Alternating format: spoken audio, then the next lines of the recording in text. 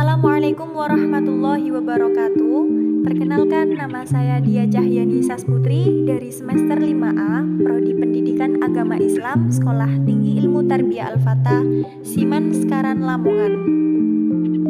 Video ini dibuat guna untuk memenuhi salah satu tugas sejarah pendidikan Islam yang diampuh oleh terhormat Bapak Nurdi SAG MPD, dan tak lupa yang kami hormati seluruh sivitas akademik Sekolah Tinggi Ilmu Tarbiyah Al-Fatah, Siman Sekaran, Lamongan.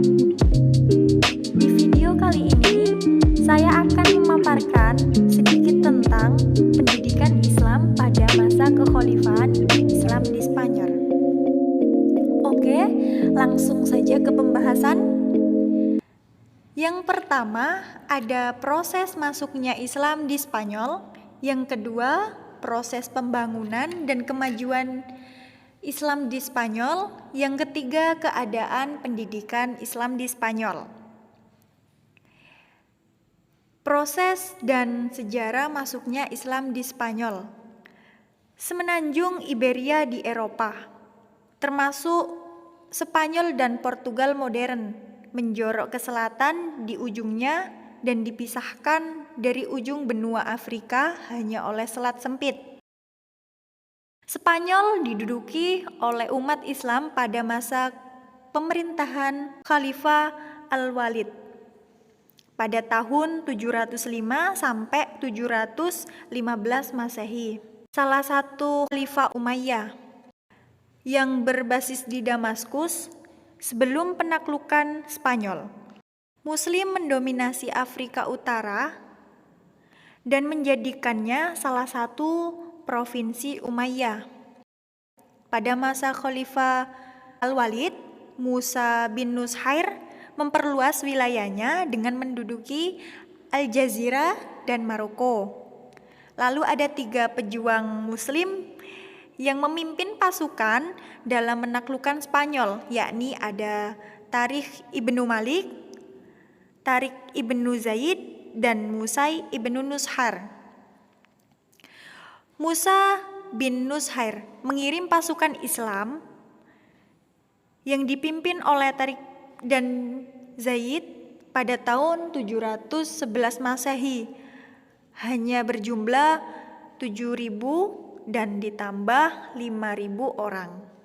Namun pada akhirnya Tariq bin Zaid menang dengan mengalahkan raja di Beka dan menaklukkan kota-kota penting seperti Cordoba, Granada, Toledo, dan akhirnya menguasai semua kota penting di Spanyol.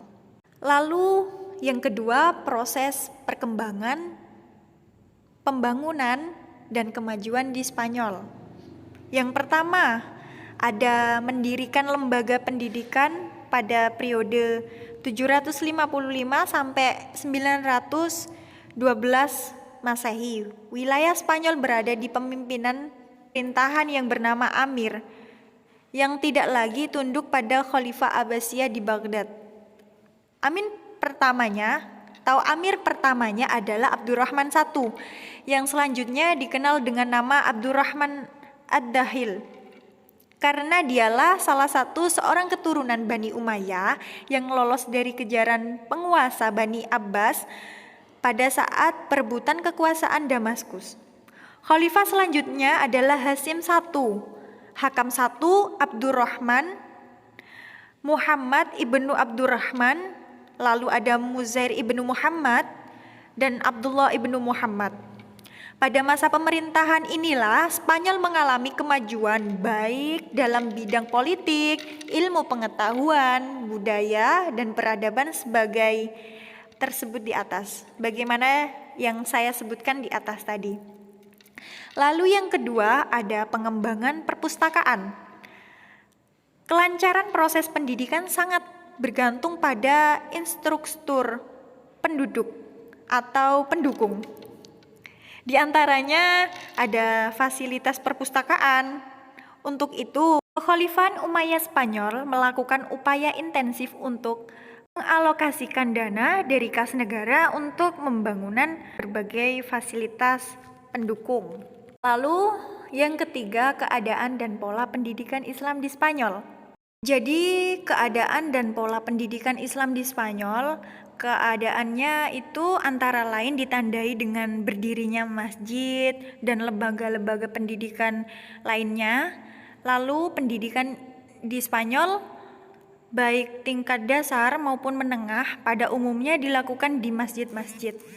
Masjid sebagai basis sentral dalam pengembangan ilmu pengetahuan, baik ilmu pengetahuan agama maupun ilmu pengetahuan umum.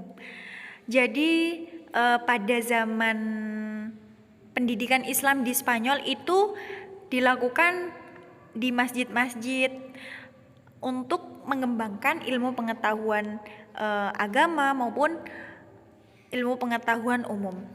Lalu di masjid itulah dilakukan pengajaran oleh para ulama dengan para ulama dengan para murid, dan para murid dengan para murid.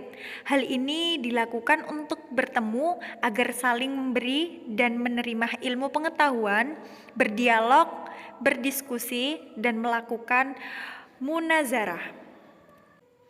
Lalu pola pendidikan Islam di Spanyol itu satu ada khutab. Khutab adalah salah satu lembaga pendidikan yang terorganisir paling rendah. Di lembaga ini siswa belajar berbagai jenis ilmu pengetahuan seperti ilmu fikih, bahasa dan sastra, musik dan seni. Lalu yang kedua pendidikan tinggi, yakni ada ilmu filsafat. Ilmu filsafat itu salah satu alasan Universitas Cordoba pada bersaing dengan Baghdad adalah karena dapat mengimpor banyak ilmu filsafat dari belahan timur. Oke, lalu yang kedua itu ada ilmu sains, ilmu yang menyandang nama Abbas Ibnu Farnas yang dikenal dengan kimia dan astronomi. Beliau adalah orang utama yang menemukan pembuatan kaca dari batu. Pengembangan ilmu di bidang ini diikuti oleh kedokteran, matematika, kimia, musik, dan ilmu-ilmu lainnya. Bahkan ada seorang ilmuwan wanita yang merupakan ahli kedokteran, yakni Al-Hasan binti Abi Ja'far. Oke, sekian pemaparan dari saya. Apabila ada salah kata atau ucapan, mohon dimaafkan. Semoga apa yang saya paparkan tadi bermanfaat bagi kita semua. Amin. Oke, jangan lupa like, comment, share, and subscribe. Nantikan video saya selanjutnya. Assalamualaikum warahmatullahi wabarakatuh.